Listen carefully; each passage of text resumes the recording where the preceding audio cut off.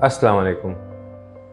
आज मैं बड़ी इम्पोर्टेंट टॉपिक की तरफ आप लोगों की तवज्जो मरकूज़ करना चाहता हूँ और वो है हार्ट अटैक या एंजाइना यंग पेशेंट्स के अंदर। जब हम डॉक्टर बन रहे थे और पुराने वक्तों में जब कार्डियोवास्कुलर डिज़ीज़ को पढ़ा जाता था तो बड़ा ही अनयूजुअल था कि यंग एज के अंदर, नौजवानी में, यूथ में, 30s में, 40s में किसी को हार्ट अटैक हो। और जब ये प्रेवलेंस देखी गई एशिया में बिलकुमूम और पाकिस्तान में बिलखुसूस कि यहाँ पर यंग लोगों को हार्ट की बीमारियाँ, दिल का दौरा, हार्ट अटैक, एंजाइना होना शुरू हुआ, तो फिर काफ़ी रिसर्च होना शुरू हुई। वेस्टर्न वर्ल्ड वालों ने भी काफ़ी इस पर नोट करना शुरू किया। तो फिर हमने ये अंदाज़ा लगाया कि हमारे मुल्क में बिलखुसूस पाकिस्तान में यंग एज के अंदर हार्ट की बीमारियाँ बहुत तेज़ी से वजूद में आ रही हैं और इसकी कोई ना कोई वजह तो डेफ़िनेटली होगी। तो जब वजूहात को एड्रेस किया गया तो हमें ये अंदाज़ा हुआ कि हमारी जो नई आवाम है, जो नए हमारे लोग हैं, हमारे नए बच्चे हैं, उनके अंदर एक्सरसाइज का बहुत ज़्यादा फुक़दान है। लाइफ़स्टाइल मॉडिफ़िकेशन ना होने के बराबर है। पुराने वक्तों में 60 की दिहाई में, 70 की दिहाई में हार्ट अटैक हुआ करते थे, लेकिन हम एज़ इंटरवेंशनल कार्डियोलॉजिस्ट कई मरतबा यंग पेशेंट्स की एंजियोप्लास्टीज़ कर रहे होते हैं, यंग पेशेंट्स की एंजियोग्राफी कर रहे होते हैं और बड़े परेशान होते हैं कि ऐसे पेशेंट्स जो बिल्कुल नौजवान हैं, उनके सीने में दर्द की शिकायत, उनको चलने से सीने में दर्द का होना, सांस का फूलना। फिर जब ये लोग फैमिली फिजिशियंस के पास जाते हैं तो वो उनको गैस की दवाइयाँ देकर, एंटासिड्स देकर घर भेज देते हैं और फिर उनकी दिल की तबीयत और ज़्यादा, दिल की हालत ख़राब हो जाती है, नाज़ुक हो जाती है। फिर वो हमारे पास लैंड करते हैं शॉक में, एक्सटेंसिव हार्ट अटैक में। तो इसकी क्या वजूहात है? इसकी वजूहात तो मैं पहले आपसे बता चुका हूँ कि हमारा जो लाइफ़स्टाइल है वो तकरीबन जो मॉडिफ़िकेशन वाले जो फैक्टर्स थे वो नापैद हो चुके हैं। हम अपनी बात करते हैं, बचपन में हम फ़ुटबॉल खेला करते थे, क्रिकेट खेला करते थे, 3-3 4-4 घंटे जो है वो ग्राउंड में गुजारा करते थे। आजकल के दौर में ये चीज़ें ना होने के बराबर हो गई हैं। तो मैं दरख्वास्त करूँगा तमाम पेरेंट्स से कि अपने बच्चों को वर्जिश की तरफ, एक्सरसाइज की तरफ, स्पोर्ट्स की तरफ उनकी तवज्जो मबज़ूल करवाएं। सिर्फ़ पढ़ाई करने से बड़ा आदमी नहीं बनता इंसान जब तक वो सुपर फिट ना हो, हेल्दी ना हो, उसकी मेंटल नशोनुमा ना हो। ये बहुत ज़रूरी है कि अपने बच्चों को स्पोर्ट्स के लिए मोटिवेट करें, क्योंकि जब स्पोर्ट्स के लिए मोटिवेट करेंगे तो उनका दिमाग खुलेगा, उनके एंडोर्फिन्स रिलीज़ होंगे और वो पढ़ाई में भी दिमाग लगाएंगे। ये बड़ी गलतफ़हमी है कि खेलने से बच्चे थक जाते हैं फिर वो पढ़ाई नहीं कर पाएंगे। ऐसा कुछ नहीं है। बच्चे जब खेलते हैं, कूदते हैं, एक्सरसाइज करते हैं तो उनका दिमाग और खुलता है, वो उनका दिमाग और फ्रेश होता है, वो और अच्छा पढ़ते हैं। एक चीज़ तो ये हो गई। दूसरी चीज़ जो नौजवानों में अक्सर हमारे मुल्क में हार्ट अटैक ज़्यादा होते हैं वो हमारी खुराक है। खुराक हमारी इंतहाई ख़राब हद तक ख़राब हो चुकी है।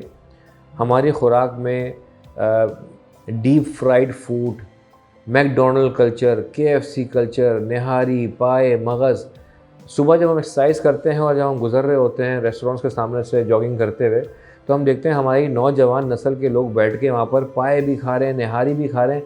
किसी ने कोई वर्जिश नहीं की, लेकिन वो इस तरह की डाइट का इस्तेमाल कर रहे हैं, हलवा पूरियाँ खा रहे हैं, कचौरियाँ खा रहे हैं। तो ये सब चीज़ें, डीप फ्राइड आइटम्स जितने भी हैं, वो आपके जिस्म के अंदर कोलेस्ट्रॉल को, जो ख़ास तौर पे जो ख़राब कोलेस्ट्रॉल है, LDL हो गया, ट्राइग्लिसराइड्स हो गया, नॉन HDL हो गया, इन सब की मकदार बढ़ा देते हैं। तो इन सब की मकदार बढ़ाने से जो खून की शरीयान होती है उसके अंदर रुकावट पैदा होती है और अल्टीमेटली फिर वो बंद हो जाती है और पेशेंट्स को हार्ट अटैक हो जाता है। तीसरी इम्पॉर्टेंट चीज़ ये, नशास्ते का इस्तेमाल, कार्बोहाइड्रेट इंटेक हमारे जो नई आवाम है उसके अंदर बहुत ज़्यादा है। Cold drinks, fizzy drinks, Pepsi, Coke, 7 up, Fanta, ठीक है, टैंग, रूह अफ़ज़ा, नोरस, इन सब के इस्तेमाल से और ज़्यादा प्रॉब्लम्स होती हैं और इन सब के इस्तेमाल से खून के अंदर शुगर बढ़ती है और शुगर बढ़ने की वजह से डायबिटीज़ का इंसिडेंस हमारे मुल्क में बहुत ज़्यादा है। इस वक्त पूरी दुनिया में पाकिस्तान तीसरे नंबर पे है डायबिटीज़ के हवाले से। ये एक बहुत ही बड़ा लम्हा फ़िक्रिया है कि इस वक्त पाकिस्तान दुनिया में तीसरे नंबर पे है डायबिटीज़ पे। और अगर हम 2030 के बाद की अगर हम एक्सट्रापोलेशन करते हैं तो पाकिस्तान के अंदर 45 मतलब कि बहुत ज़्यादा मिलियन से ज़्यादा डायबिटिक पेशेंट्स होंगे, जो कि एक बहुत ही ख़तरनाक किस्म की शरह है। तो हमें बहुत ज़्यादा ख्याल रखना चाहिए अपनी नई आवाम का, यंग आवाम का। इनको हमें डाइट कॉन्शियस बनाना चाहिए, क्या खाना है, कितना खाना है, पोषण कंट्रोल कितना है, कितनी वर्जिश करनी है। फिर जो एक और बड़ा इम्पोर्टेंट जो लम्हा फ़िक्रिया है हमारी यंग आवाम के अंदर, वो है सोच, स्ट्रेस। हमारी जो नई आवाम है या जो यंग आवाम है हमारी, वो अभी से स्ट्रेसफुल हो रही है कि उन्हें मुस्तक़बिल में क्या करना है, मुस्तक़बिल में जॉब मिलेगी नहीं मिलेगी। उनको पाकिस्तान में जो हालात हैं इस वक्त, जियोपॉलिटिकल सिचुएशन है, वो बिल्कुल अनप्रेडिक्टेबल है, अंधेरा है, अंधेरा है, कुछ समझ में नहीं आ रहा क्या होगा। उसका तो मैं तायद करता हूँ उनके साथ कि हमें भी पता है कि हम जब डॉक्टर बन रहे थे हमें पता था हम फिट हो जाएंगे इस माशरे के अंदर, कहीं ना कहीं जगह मिल जाएगी। लेकिन इस वक्त जो नई आवाम, जो यंग आवाम है, वो जो पढ़ाई कर रही है, इनको कुछ नहीं पता क्या होगा। सबका एक ही ख्वाब है, अमेरिका जाना है, इंग्लैंड जाना है, जर्मनी जाना है। भाई जाना तो है, लेकिन अगर अभी से आप इसको स्ट्रेस कर लेंगे दिमाग पे, इतना स्ट्रेसफुल सिचुएशन में आ जाएंगे तो स्ट्रेस की वजह से भी दिल की धड़कन बढ़ेगी, कोलेस्ट्रॉल बढ़ेगा, ब्लड प्रेशर हो जाएगा। हर चौथा पाकिस्तानी इस वक्त ब्लड प्रेशर का शिकार है, हर चौथे पाकिस्तानी को ब्लड प्रेशर का मर्ज़ है, और ये यंग एज में बहुत ज़्यादा आ रहा है। हम जब डॉक्टर बन रहे थे तो हमें जब यंग पेशेंट आते थे ब्लड प्रेशर के, तो हमें इनको इन्वेस्टिगेट करना पड़ता था सेकेंडरी कॉजेज़ के लिए कि कोई और वजह तो नहीं है जो ब्लड प्रेशर हाई हो गया। इस वक्त more than 75% of young patients who become hypertensive, जिनको ब्लड प्रेशर का मर्ज़ होता है, वो सोच की वजह से होता है, स्ट्रेस की वजह से होता है। नींद उनकी पूरी नहीं होती। जब इनको स्ट्रेस मिलता है तो वो बेरा रवि का शिकार हो जाते हैं, वो सिगरेट पीना शुरू कर देते हैं, नशे इस्तेमाल करना शुरू कर देते हैं। सिगरेट इस्तेमाल करने से उनका कोलेस्ट्रॉल बढ़ता है, खून की शरियानों में रुकावट होता है। तो ये वो सारी वजूहात हैं जिसकी वजह से पाकिस्तान में बिलखुसूस यंग पेशेंट्स के अंदर, यंग नौजवानों के अंदर 20 की दिहाई में, 30 की दिहाई में, 40 की दिहाई में हार्ट अटैक्स बहुत कॉमन है। तो मेरी दरख्वास्त है कि इन तमाम चीज़ों को एड्रेस करें, ठीक है, और इन तमाम चीज़ों को मद्देनज़र रखते हुए अपने लाइफ स्टाइल को मॉडिफाई करें, अपने कोलेस्ट्रॉल का ख़्याल रखें, अपनी शुगर्स का ख़्याल रखें, अपनी ख़ुराक का ख़्याल रखें। ख़ुराक पे तो आपका इख्तियार है ना, ख़ुराक पे तो आप ख़्याल रख सकते हैं। आप पराठों को, घी वाली चीज़ों को, फ्राई चीज़ों से बचाव कर सकते हैं अपना, ये करें। खुदा के वास्ते सिगरेट से बचें, खुदा के वास्ते तंबाकू गुटखे से बचें।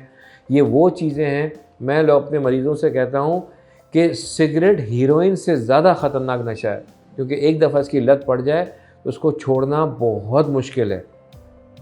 लोग हार्ट अटैक होने के बाद सिगरेट छोड़ते हैं। मैं कहता हूँ खुदा के वास्ते हार्ट अटैक से पहले सिगरेट छोड़ो, क्योंकि जब आप सिगरेट छोड़ते हैं, उस छोड़ते ही आपकी बॉडी के अंदर बेहतरी आनी शुरू हो जाती है।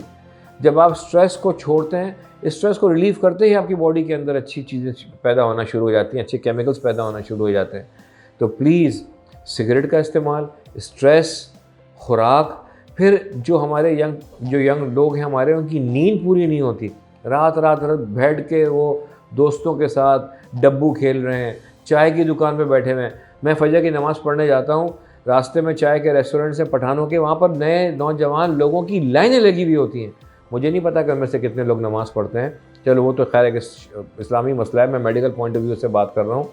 वो सब के सब वहाँ बैठ के डब्बू खेल रहे हैं, सिगरेटें पी रहे हैं। तो ये वो चीज़ें हैं जिसकी वजह से हमारे मुल्क में नौजवान लोगों के अंदर हार्ट अटैक होने की जो शरह है वो ज़्यादा है, काफ़ी ज़्यादा है। इससे बचने की बहुत शदीद ज़रूरत है। हमारे जो नए अवाम हैं, यंग जो लोग हैं हमारे, वो लख्ते जिगर हैं अपने वालिदैन के। उनको इस बात का अंदाज़ा होना चाहिए कि अगर खुदा न खास्ता उनको हो जाता है तो उनके वालिदैन की ज़िंदगी भर की मेहनत बिल्कुल ज़ाया हो जाएगी और उनकी ज़िंदगी तबाह बर्बाद हो जाएगी। औलाद का गम अल्लाह ताला किसी दुश्मन को भी ना दे। तो इन औलादों को भी ख्याल रखना चाहिए कि अपने लाइफ स्टाइल को अच्छे तरीके से मॉडिफाई करें, अपनी सेहत का ख्याल रखें, वर्जिश करें, हेल्दी एक्टिविटीज़ में मुलव्वस हों, अपनी खुराक का ख्याल रखें, अल्लाह पे भरोसा करें, अपने मुस्तक़बिल को अल्लाह पे छोड़ें, मेहनत करें, पढ़ाई करें और खुश रहने की कोशिश करें।